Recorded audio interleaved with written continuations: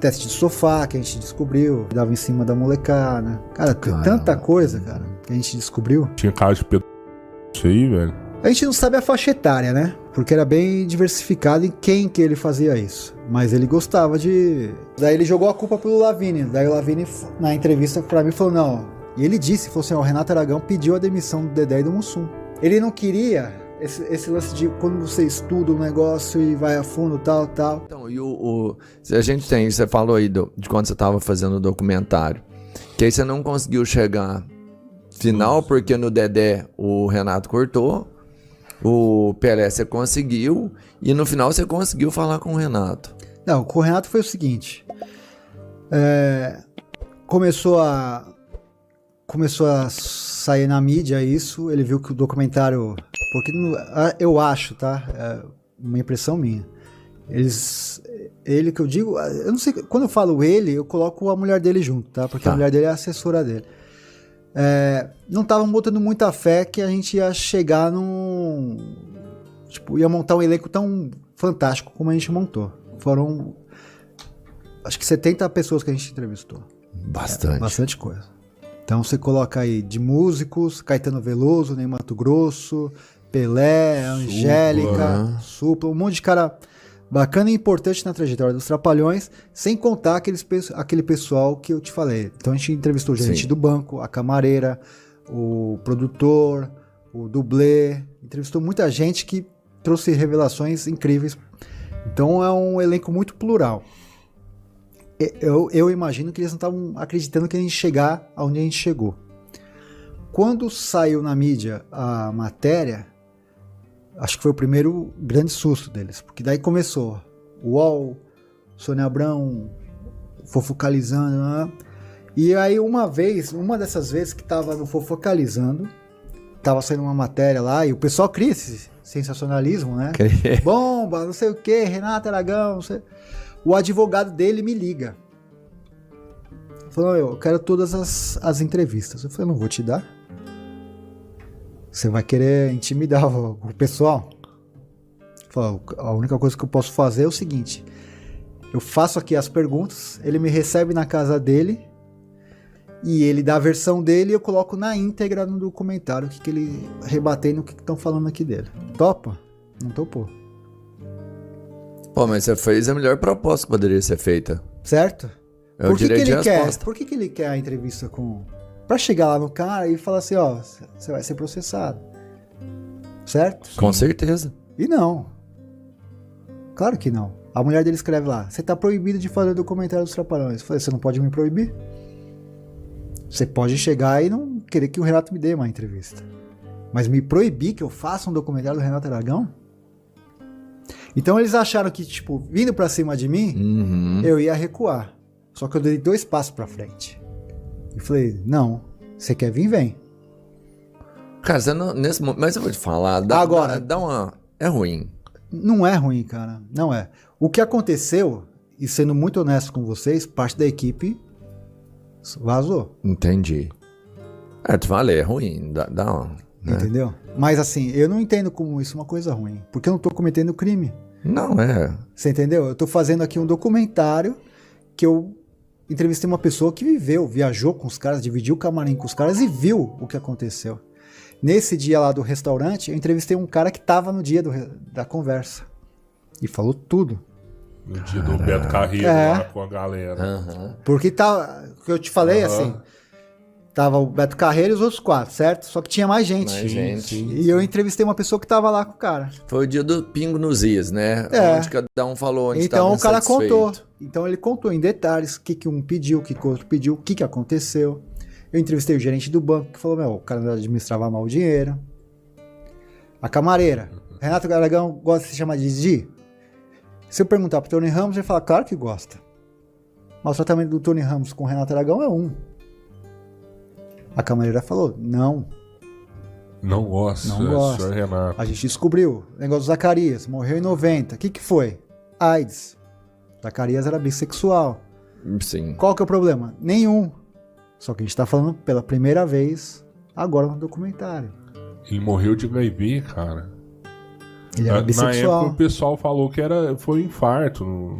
Pneumonia, né? Foi por conta de uma dieta que ele fez e ficou debilitado e morreu. Não. Agora, qual que é o problema de falar 2022, 2023, que o cara era bissexual e que morreu de AIDS? Caralho, velho. Cara, se você falar disso, você encoraja outras pessoas a se assumirem, falarem disso e quebrar esse tabu. Naquela época, como ele era um ídolo infantil, esconderam isso. Era, né? Eu entrevistei o Bonner, quiseram também, pagar o tratamento dele nos Estados Unidos, ele não quis, ele era espírita, quis fazer umas coisas mais alternativas. Cara, normal. São escolhas dele, né? Sobre o tratamento e tudo mais. Na verdade, você tem o seu direito de fazer, sim. Certo? Mas uma coisa que a gente não pode esquecer é que quem fala a verdade não merece o castigo. E o que você está trazendo são só fatos verdadeiros, né? Assim, não tem... diferente do fofocando, qualquer um aí. Não são tem fontes primárias. Não tem sensacionalismo nessa parte sua. Ao contrário, a gente quer o quê? Normalizar as coisas e, de certa forma, humanizar o cara, sabe? Chegar e falar, ó, ele é gente como a gente. Que é o que é, pô. A vida é assim, certo? Um super artista, lógico. Um grupo, 40 anos juntos, sei lá, 30. Cara, é normal ter briga? Claro. Numa relação, sei lá, de amigos, você não tem alguém que seja homossexual, bissexual, que, sei lá, que vai numa casa de swing, qualquer um. Que usa drogas, que já aprontou com alguém, entendeu? A gente fala disso. O mundo é assim, né? O mundo verdade, né? O mundo tem na real. família, tem nos seus amigos. Agora, por que ele tá querendo, tipo, que não fale isso? Bobeira, cara. Infantilidade. Entendeu? E o Zacarias tinha filhos, não tinha? Era casado. A Laura, ele foi casado com a Selma Lopes, que é uma dubladora, ela dubla a Marge Simpson. A gente entrevistou a Selma Lopes. Cara. A gente entrevistou. Foi uma entrevista também que foi difícil ela dar entrevista, eu consegui que ela me desse uma entrevista. A gente fez campana lá em Copacabana, no estúdio que ela faz. Cara, fui uma vez, Selma, não sei o que, volta no outro dia, tal horário, tava lá. Pontual. E Selma, foi ela que te contou da doença e da bissexualidade? Na verdade é o seguinte, ela tem 90 e poucos anos, então tem um jeito que você fala com a pessoa, né? Então a gente começou a entrevistar, pô, a Selma, não sei o que, Zacarias, e aí uma hora eu falo, ó, as pessoas confundiam muito o personagem com a pessoa física, né? E falam dessa questão do Zacarias. Enquanto ele estava comigo, ele era um. Depois, cara, ela respondeu ali, entendeu? Então é isso. E ela que falou da doença também. Não, ela fala que ele morreu de câncer. Tá? Tanto é que no atestado de óbito a causa da morte lá tá insuficiência respiratória, tá? Mas nunca fica AIDS, sabe? Isso. Sim. Porque na verdade a AIDS o que ela faz é te deixar suscetível a ter alguma outra. Mas o médico que cuidou dele se recusou a dar entrevista pra gente. Roberto Luz. Não falou. Não fala. E eles tiveram problema com droga também? Não é que problema com droga, cara. Teve um caso que foi engraçado, que foi o seguinte. Em 77, os Trapalhões no Planalto dos Macacos.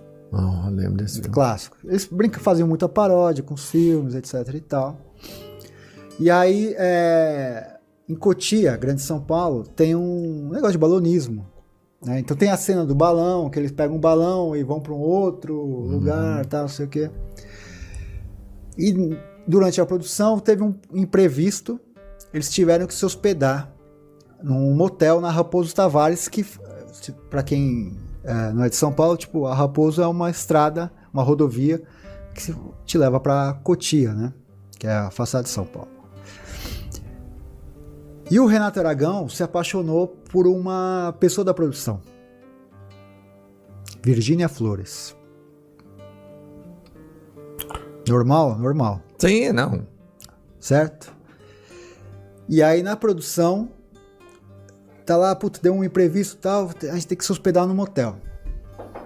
Pra quem não sabe, motel tem uma cama só a cada quarto. Daí a Virgínia... É uma cama larga, mas é só uma. A Virgínia falou assim, ó, vamos fazer aqui um sorteio pra ver quem que vai ficar com quem nos quartos. Teve um imprevisto aqui.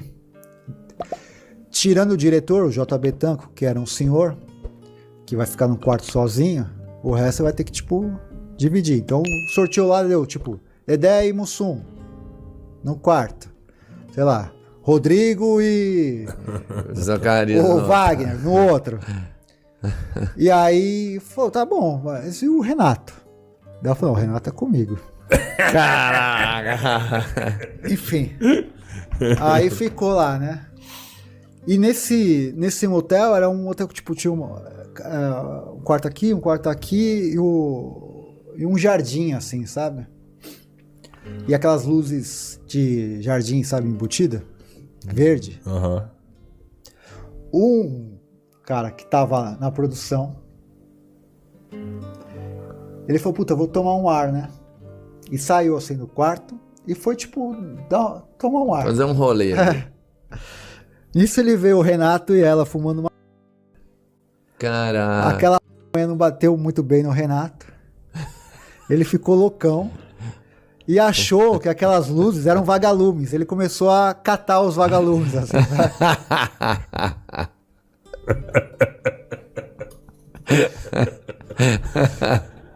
Mas foi uma só, então. É a única história. Não tem nada, assim. Não, eu achava que talvez um deles, assim, pudesse ter tido alguma coisa com droga. Não, eram caretas, assim, mas...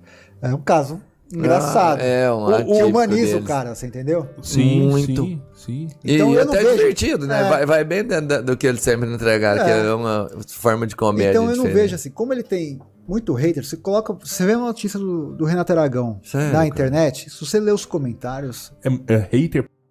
90% Como é xingando assim, o Renato. velho? Então, A cultura do cancelamento, não. Faz sentido, irmão. Não vejo Não é como por os trapalhões têm o hater, Renato.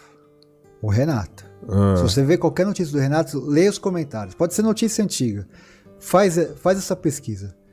90% é tipo por conta disso. Ele sacaneou os outros 3, ele fez isso, fez aquilo, tal. O grande cara que, de certa forma, fez isso foi o Dedé, né? O Dedé, quando ele se separou 2 vezes do Renato. Essa de 83 e depois quando ele fez a turma do Didi, o Dedé é o Comando Maluco. E o Dedé saiu falando mal do Renato na imprensa. E isso ficou, né? Tipo, o vilão e tal.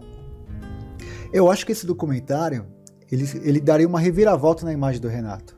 Se ele apoiasse o documentário, ele ia criar uma imagem muito mais simpática no público, sabe? Se ele chegasse e brincasse com tudo isso, como um grande humorista que ele é, e falar, puta, realmente, eu experimentei uma vez e não bateu bem, e rir Que disso, maluco, como vocês né? riram, sabe? E contar, falar, não, realmente, eu investi o dinheiro, então eu achava que eu tinha que receber mais, tal, e se posicionar. À medida que ele chega e quer processar, ele cria essa imagem antipática, assim, entendeu? Então ele também não se ajuda muito. Cara, ele não dá entrevista. O Carlos Alberto chegou e falou, pô, eu quero que você participe da Praça é Nossa. Ele não participou. Custava. O Carlos Alberto ajudou o Renato Aragão, cara, no começo da carreira. Sim. Quando o Renato estava em dificuldade, eles fizeram a Praça é Nossa. Antes dos Trapalhões começar... Eles passaram por lá. Na verdade, acabou os Adoráveis Trapalhões, ele ficou um tempo desempregado. Sim. E o Carlos Alberto chamou. Tá. Quer dizer, porra, o cara estendeu a mão pra ele lá atrás. Por que ele não poderia chegar e participar? Fazer uma pontinha, uma participação. Você acha que a Globo não tinha algum contrato de que ele não poderia participar? Mas agora ele tá fora, né? Sim. Mas mesmo depois, você tá... Acho como que se sim. fosse um contrato de... Exclusividade? Quando você, por exemplo, você monta uma empresa, você sai e fala assim, eu tô deixando esse imóvel livre, mas você não pode mais montar, por exemplo, uma boutique aqui durante tanto tempo. Um contrato de fidelidade. Isso não existe, mano. Ele saiu, ele podia ter participado. Eu participei do programa lá, o Persona em Foco, que foi em homenagem ao Dedé. O programa é o seguinte, vai o Dedé, ficou eu de um lado e a Silvia Massari, que foi uma grande atriz também dos Trapalhões, do outro. Então, a gente conversava com o Dedé e um programa em homenagem ao Dedé. E nesse programa aparecia outras pessoas dando um depoimento em homenagem ao Dedé. Então participou lá o Maurício de Souza, a ex-esposa do Dedé, que também é uma grande atriz, acho que é Ana Maria. Daí acabou o programa, né? Eu falei, caramba, o Renato não mandou um depoimento pro Dedé. Daí eu fui perguntar pra produtora, eu falei, e aí? Eu falei, não, ele não quis. Custava pegar o celular e falar, Dedé, que legal que você tá sendo homenageado. Sim. Então cria essa imagem. Você entende por que eu tô... Durante essa reportagem, você falando... Ele não se ajuda, cara. Eu vi um especialista até falando de humor e tudo mais. Ele falando de Dedé já há um tempo atrás, ele falando assim que o tamanho que o Renato nunca seria alcançado sem o Dedé. Porque pra você chegar no ápice de um ponto de comédia, você precisa de ter... Eles falam que é o escada. Sim. E o Dedé foi a maior escada que já teve dentro do Brasil. Os 3, cara, sabia? Né? O Renato fala assim, eu não sei fazer humor sozinho. E realmente não sabe. O Dedé fala, eu era a escada dos 3, verdade. Ele era a escada do Mussum, do Zacarias e do Renato. Ele preparava todo Só que os outros 3 eram escadas do Renato, porque o Renato, ele era a grande estrela, entendeu? Sim, ele era o mais esperto. Né? Então ele podia ter sido mais generoso com os caras, né? Eu entrevistei o José Lavini, que ficou mais conhecido como o diretor do Cacete Planeta. Mas antes de ser o diretor do Cacete Planeta, ele dirigiu o último suspiro dos Trapalhões. E ele disse, falou assim, o Renato Aragão pediu a demissão do Dedé e do Mussum. É uma sacanagem. Entende? Mano, ele podia ter sido mais generoso, daí ele jogou a culpa pro Lavini. Daí o Lavini, na entrevista pra mim, falou, não, porque... Aí que eu te falo. Ele não queria esse lance de quando você estuda um negócio e vai a fundo, tal. Eu coloquei o Lavini, não na parede, eu falei, Lavini, na época o cara colocou a culpa em você. E ele não queria... Ele falou isso pela primeira vez. Falou assim, não, ele jogou a culpa em mim. Daí contou a história do Tião Macalé, que tinha um time de futebol que dava em cima da molecada. Cara, tem tanta coisa, cara, que a gente descobriu. Tinha cara de pedro isso aí, velho. A gente não sabe a faixa etária, né? Tipo, porque era bem diversificado em quem que ele fazia isso. Mas ele gostava de um atleta. Ele tinha um time... Um dos interesses dele é dar em cima dos caras que jogavam no time dele. Cara. Então a gente descobriu, até que o Lavini depois, foi tanto na minha vida, sabe?